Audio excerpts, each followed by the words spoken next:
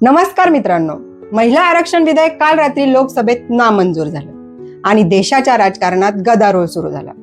विरोधक महिला विरोधी मानसिकतेच्या असल्याचा आरोप सत्ताधाऱ्यांनी केला, तर सरकारचा महिला आरक्षणाच्या आडून मतदारसंघ पुनर्रचना करण्याचा डाव आम्ही हाणून पाडला, असं या विधेयकाला विरोध करणारे नेते म्हणत आहेत. नेमकी कुणाची बाजू बरोबर यावर काल दिवसभर संसदेत चर्चा झाली आणि आज दिवसभर तीच चर्चा देशभर सुरू आहे. कुणी म्हणतंय की बरं झालं सरकारला धडा मिळाला, नामुष्की सहन करावी लागली, तर कुणी म्हणतंय की विधेयक नामंजूर झाल्याचा उलट सरकारलाच बंगाल आणि तमिळनाडूतील निवडणुकीत राजकीय लाभ मिळेल. कुणी म्हणतंय सरकारला झटका बसला, तर कुणी म्हणतंय विधेयक नामंजूर व्हावं हीच तर सरकारची इच्छा होती. कुणी काय तर कुणी काय, पण खरंच देशात जवळपास 70 कोटी संख्या असलेल्या महिलांना लोकसभेत आणि राज्याच्या विधानसभांमध्ये 33% आरक्षण असायलाच हवं.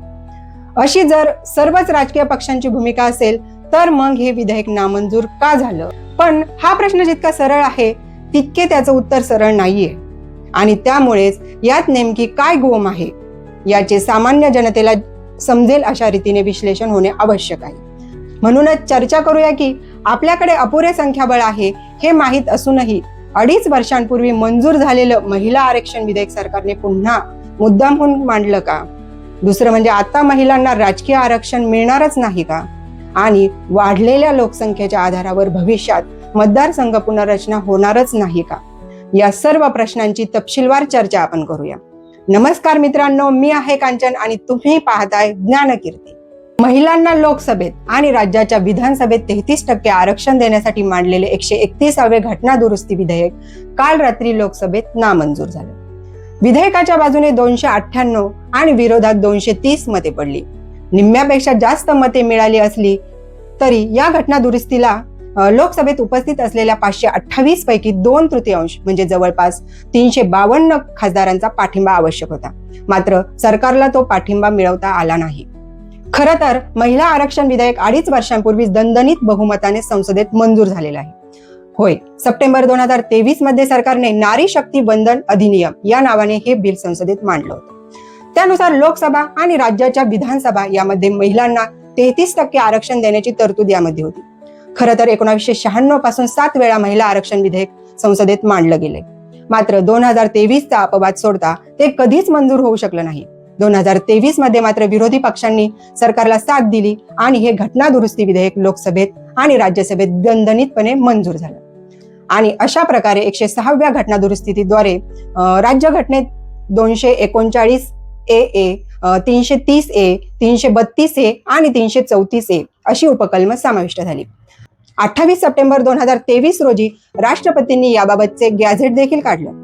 मात्र त्यातल्या 2 अटींमुळे महिला आरक्षणाची त्यावेळी तात्काळ अंमलबजावणी होऊ शकली नाही. त्या अटी होत्या जनगणना आणि त्यानंतर होणारी मतदारसंघ पुनर्रचना. 106व्या घटना दुरुस्तीने 2023 मध्ये संविधानातील कलम 334 ए मध्ये तरतूद केली गेली की हे 106वे घटना दुरुस्ती विधेयक मंजूर झाल्यानंतर जी पहिली जनगणना होईल तिची आकडेवारी प्रसिद्ध झाल्यानंतर आणि या प्रयोजनार्थ मतदारसंघ पुनर्रचना केल्यानंतर महिला आरक्षणाची देशभर अंमलबजावणी होईल. म्हणजे विधेयकातील या तरतुदींमुळे त्यावेळी महिला आरक्षणाची तात्काळ अंमलबजावणी होऊ शकली आहे. खरं तर सरकारने ठरवलं असतं तर विधेयकातून जनगणना आणि परिसीमनच्या तरतुदी वगळून त्याच वेळी अगदी 2024च्या लोकसभा निवडणुकीतच महिला आरक्षणाची अंमलबजावणी होऊ शकली असते. पण सरकारने तसे केले नाही. त्यामुळेच कायदा तर मंजूर मात्र अंमलबजावणी नाही अशी स्थिती निर्माण झाली. महिलांना लोकसभेत 545 पैकी 33% म्हणजे 181 जागा देण्यापेक्षा लोकसभेतील जागाच जवळपास 300 वाढवाव्यात आणि मग महिलांना आरक्षण द्यावे असा विचार करून सरकारने पूर्वीच मंजूर असलेल्या घटना दुरुस्ती विधेयकात आणखी काही दुरुस्त्या करण्याचा निर्णय घेतला. त्यातूनच मग महिला आरक्षणाला मतदारसंघ पुनर्रचनेशी जोडण्याची शक्कल मोदी सरकारने लढवली. महिला आरक्षण लागू होण्यासाठी जनगणना आणि मतदारसंघ पुनर्रचना अशा 2 अटी अडथळा ठरत होत्या. त्या अटी काढून टाकायच्या आहेत असा मुद्दा उपस्थित करत सरकारने हे 131वे घटना दुरुस्ती विधेयक मांडण्याचा निर्णय घेतला. कोरोनामुळे 2021ची जनगणना होऊ शकली नाही. ती आता 2026 मध्ये सुरू केली आहे. तिची आकडेवारी येण्यास 1 ते 2 वर्षांचा कालावधी जाऊ शकतो. मग त्यानंतर पुनर्रचना करण्यास आणखी काही काळ जाईल. म्हणजे 2029च्या लोकसभा निवडणुकीपूर्वी ही प्रक्रिया पूर्ण होणार नाही.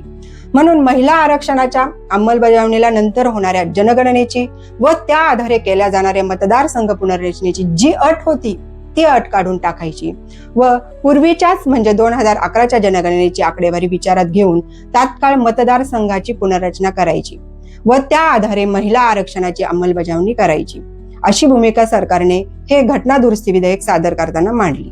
त्यासाठी सरकारने या विधेयकाची तात्काळ मतदारसंघ पुनर्रचना करण्याच्या विधेयकाशी सरमिसळ केली. या पुनर्रचनेतून संसदेतील सदस्य संख्या 550 वरून 850 पर्यंत वाढवणे आणि राज्याच्या विधानसभामधील सदस्य संख्या देखील 50% वाढवणे प्रस्तावित होते. आणि इथेच सरकारचा प्लॅन विरोधकांच्या लक्षात आला, कारण ही जी मतदारसंघ पुनर्रचना होणार होती त्यातून ज्या राज्यांची लोकसंख्या जास्त आहे त्यांना जास्त खासदार मिळणार होते. जे दक्षिणेकडच्या ज्या राज्यांनी प्रयत्नपूर्वक लोकसंख्या नियंत्रण केले त्यांना कमी खासदार मिळणार आणि उत्तरेकडच्या राज्यांनी लोकसंख्या भरमसाठ वाढवली त्यांना बक्षीस म्हणून जास्त खासदार मिळणार. हे न्यायसंगत ठरत नाही, अशी भूमिका दक्षिणेकडच्या राज्यांनी घेतली. महिला आरक्षण विधेयकाच्या आडून सरकार मतदारसंघ पुनर्रचना विधेयकाला मंजुरी घेण्याचा डाव खेळत आहे हे विरोधी पक्षांच्या लक्षात आल्यानंतर या संपूर्ण विधेयकाला विरोध सुरू झाला. विशेषतः दक्षिणेकडच्या राज्यांनी जोरदार विरोध केला. खरं तर भारत मागील 50 वर्षांपासून लोकसंख्या नियंत्रण कार्यक्रम राबवत आहे. त्यामुळेच 1971च्या जनगणनेच्या आधारे निश्चित केलेली लोकसभेतील आणि राज्य विधिमंडळातील सदस्य संख्या नंतरच्या काळात वाढवली नाही.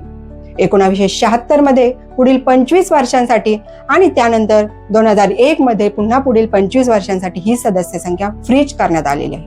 आता 2026 मध्ये ही 25 वर्ष पूर्ण झाली आहेत. त्यामुळे वाढलेल्या लोकसंख्येनुसार खासदार व आमदार संख्या वाढवली पाहिजे, अशी सरकारची भूमिका आहे. मात्र अजूनही उत्तरेकडच्या राज्यांनी लोकसंख्या नियंत्रण करून लोकसंख्या वाढीचा दर स्थिर केलेला नसल्याने तुर्तास लोकसंख्येच्या आधारे मतदारसंघ पुनर्रचना नको, अशी विरोधकांची भूमिका आहे. सरकारने मतदारसंघ पुनर्रचना न जोडता महिला आरक्षण विधेयक मांडलं असतं तर ते निश्चितच पुन्हा मंजूर झालं असतं आणि सरकारने मतदारसंघ पुनर्रचना विधेयक स्वतंत्रपणे मांडलं असतं तर ते निश्चितच नामंजूर झालं असतं. म्हणून सरकारने या दोन विधेयकांची एकमेकांशी सरमिसळ केली.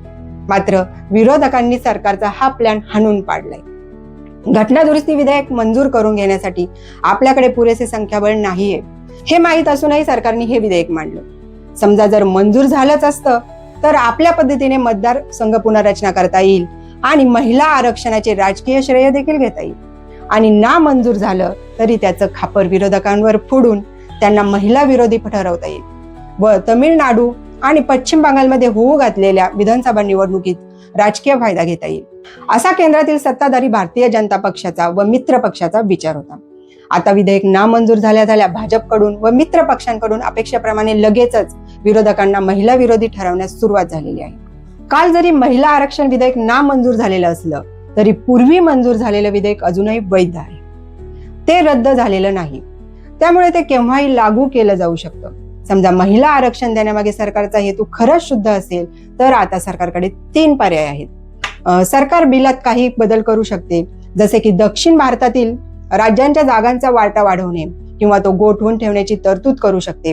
2011 ऐवजी 2027च्या जनगणनेचा आधार घेतला जाऊ शकतो आणि त्यानंतर नव्याने बिल सादर केलं जाऊ शकतं. दुसरं म्हणजे सरकार विरोधी पक्षांसोबत एकमत साधू शकते आणि त्यांनी सुचवलेले बदल समाविष्ट करू शकते. यानंतर विरोधी पक्षांच्या पाठिंब्याने बिल मंजूर करून घेऊ शकतो. तिसरं म्हणजे सरकार सामान्य पद्धतीने 2027ची जनगणना पूर्ण झाल्यानंतर परिसीमन म्हणजे मतदारसंघ पुनर्रचना करू शकते. नंतर याच परिसीमनानुसार महिला आरक्षण लागू करू शकते.